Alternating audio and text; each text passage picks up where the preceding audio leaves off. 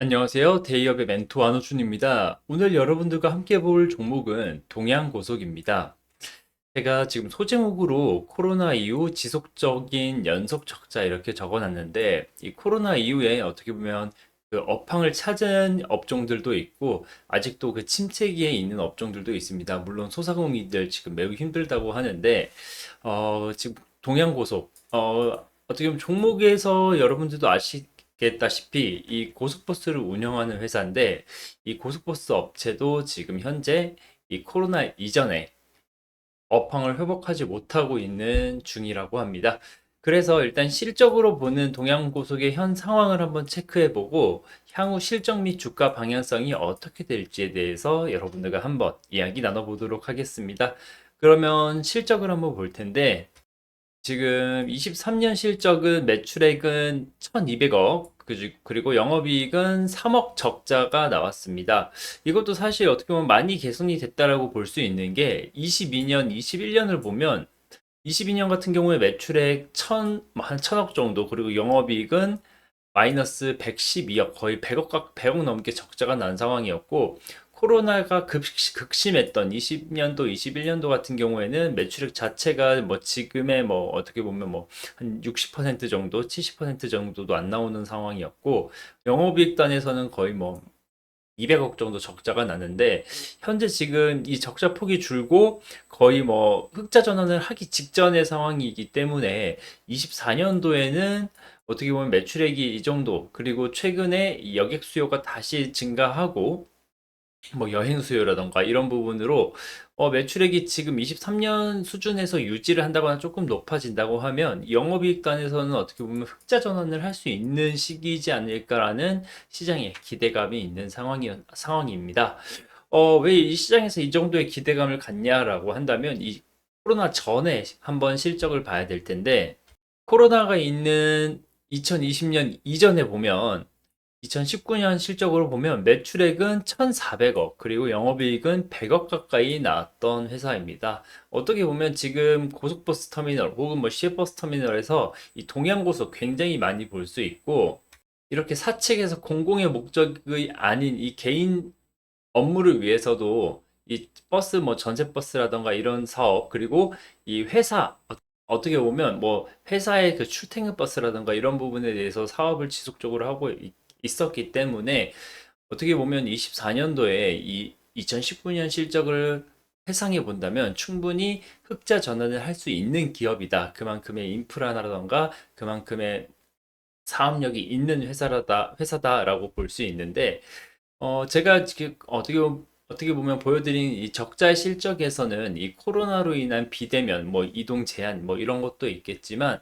사실 이 버스를 운행하는 데 있어서 가장 큰 비용적인 리스크는 기름값입니다. 어떻게 보면 원유, 이 유가에 대해서는 절대 피해갈 수 없는 종목인데, 이런 업종인데, 지금 이 유가를 한번 보자면, 지금 24년 4월 9일 오늘 기준으로 이 WTI는 지금 86달러에 거래가 되고 있습니다. 뭐 이 정도 선이라고 볼 수 있는데, 지금 코로나 이후 2020년도 코로나 이후 뭐 그때 뭐 셧다운이 있었기 때문에 원유의 어떻게 보면 가격 하락, 그때 뭐 원유 선물이 뭐 마이너스가 가기도 했었죠. 그런 부분을 제외하고 이 비대면이 조금 풀리고 나서 이 시점부터라고 보면 유가가 2010 뭐 8년 2019년도에는 한 60달러 선, 60달러 선에서 거래가 되고 있었는데, 이것도 제가 조금 높게 잡은 것 같은데, 음, 이 언저리에서 2019년, 2018년도에는 제가 그어드린 이 긴 선 이하에서 거의 대부분의 유가가 형성이 됐습니다. 그런데 이 코로나 이후 기본적으로 유가 레벨 자체가 워낙 높아졌기 때문에, 그리고 지금 최근에도 유가 레벨이 좀 높아져 있는 상황이기 때문에 이렇게 여객업을 하는, 특히 이 버스를 운행하는 이 동양고속 같은 경우에는 이 비용에 대한 리스크를 지속적으로 생각을 해야 되는 부분이 있고요. 버스 같은 경우에 뭐 시외버스나 고속버스 같은 경우에 사람이 타지 않아도 정해진 시간에 정해진 위치에서 정해진 위치까지, 뭐 서울에서 예를 들어서 뭐 부산까지 뭐 30인, 40인 버스에 뭐 두 명이 타든 한 명이 타든 사람이 타지 않아도 가야 되는 거기 때문에 이 기름값에 대해서는, 이 유가에 대해서는 지속적으로 계속적인 소비가 있기 때문에 이 항상 그 동양보석의 실적을 예측한다거나 이럴 때는 이 유가를 참고를 하셔야 될 것 같고요. 제가 지금 말씀드린 사람이 없어도 운행을 해야 된다. 이런 부분이 진짜 크리티컬한데 뭐 40인 버스, 뭐 30인 버스에 한두 명 태고 가면 적자죠. 근데 이런 사업을 계속적으로 하는 이유는 이 여객 자동차 운수 사업법에 있다고 볼 수 있습니다. 사실 글씨가 작아서 제가 읽어드린다면 이 법은 여객 자동차 운수 사업법에 관한 질서를 확립하고 여객의 원활한 운송과 여객 자동차 운수 사업의 종합적인 발달을 도모하며 특히 공공 복리를 증진하는 것을 목적으로 한다. 이 공공 복리를 증진한다. 이 말이 굉장히 어떻게 보면 조금 뭐 감동적으로 다가온다라고 할 수 있을 것 같은데, 이는 어떻게 보면 동양고속의 첫 번째 주요 사업인 여객 운송 사업의 공공복리를 목적으로 가졌다는 것을 의미를 하며 지속적인 적자 탈출이 불가능한 지금 현 상황에 가장 크리티컬한 이유라고 생각을 합니다. 공공복리 증진. 사실 뭐 차가 없으신 분들, 뭐 어르신 분들, 버스가 없으면 사실 지역 간의 움직임이 굉장히 어렵습니다. 그런데 이러한 고속버스 사업을 하는 이런 업체들이 계속적으로 하기 때문에 공공복리 증진에 가장 앞장을 서고 있지 않나. 그래서 이런 개별 매출뿐만 아니라 국가적인 지원금 제도가 조금 이런 회사한테는 조금 더 일반 기업에 비해서 있어야 되지 않나. 뭐 세제 혜택이라던가, 뭐 지원금이라던가, 유류비 보전이라던가 이런 게 뭐 더 크게 이렇게 힘든 상황에서는 여객 수요가 많이 줄어든 이런 힘든 상황에서는 조금 더 줘도 되지 않을까라고 생각이 듭니다.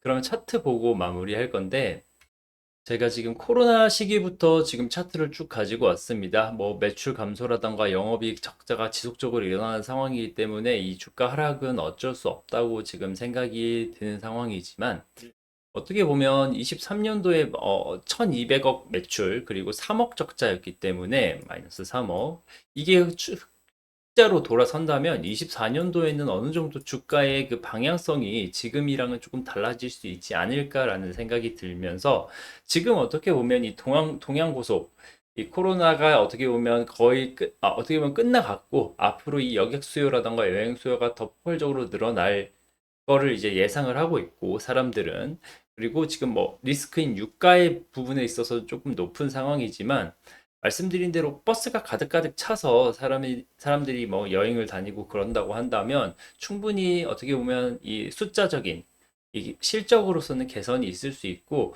이렇게 동양고속 같이 이 이슈나 이벤트 드리븐이 아닌 실적 베이스로 주가가 움직이는 종목은 이렇게 낮은 상황에서는 충분히 변동성이 나올 수 있는 부분이기 때문에 지금 보면 이 매물대가 많은 이 구간 전까지는 어떻게 보면 한번 방향성을 정한다고 하면 어, 가볍게 움직일 수 있는 종목이라고 생각이 들고요. 그리고 또 추가적으로 긍정적인 부분은 제가 이 부분은 판단을 하는 거지만 지금 24년도 초에 이렇게 피레침처럼 이렇게 주가가 확 올라왔던 적이 있는데 이때는 뭐냐면 뭐 이제 24년도 적자 전환 이제 흑자 전환이죠. 이 턴어라운드를 한다라고 어떻게 보면 시장의 기대감이 있었고 이 동양고속의 그 최성욱 부회장이 이 주식을 시외로 엄청나게 많은 수량을 매수를 하면서 어떻게 보면 기업 오너가 자식이 회사의 주식을 산다는 거는 이 회사의 긍정적인 면을 본다거나 앞으로 성장 가능성이 충분히 있다거나 지금 주가 레벨이 낮은 수준이기 때문에 이때는 충분히 사도 된다라는 것들이 어떻게 보면 시장의 해석이기 때문에 이러한 오너의 그 주식 매수라던가 이런 부분을 봤을 때는 지금 주가 레벨이 낮다라고 판단되는 게 어느 정도 타당할 거라고 생각이 들고요. 물론 제가 말씀드리는 내용이 뭐 지금 주가가 낮으니까 사서 모아가라라고 하기에는 이 업황이라던가 이 성장성이 조금 어떻게 보면 다른 타 업종에 비해선 작은 회사이기 때문에 뭐 수익으로 이 결실을 맺는다거나 이러기에는 조금 쉽지 않은 종목이긴 하지만 말씀드린 내용 같은 긍정적인 면도 있다라고 그냥 단순히 참고만 해주시면 되고요. 왜냐하면 지금 드린 내용에 대해서는 100%제 주관이 담겨 있기 때문에 단순히 참고용으로만 생각을 해주시면서 앞으로 뭐 투자하실 때 이 동양고속에 대해서 뭐 추가적으로 내용이 궁금한다거나 해당 종목에 이슈가 있다고 하면 제가 지금처럼 영상으로 또 찾아뵙도록 할 테니까 꾸준히 시청을 해주시면 감사하겠습니다. 오늘 동양고속에 대한 영상은 여기서 마무리 지을 거지만 앞으로 동양고속의 모든 주주분들이 수익으로 마무리하는 그날까지 찾아뵙도록 하겠습니다. 시간 내서 시청해 주셔서 감사합니다.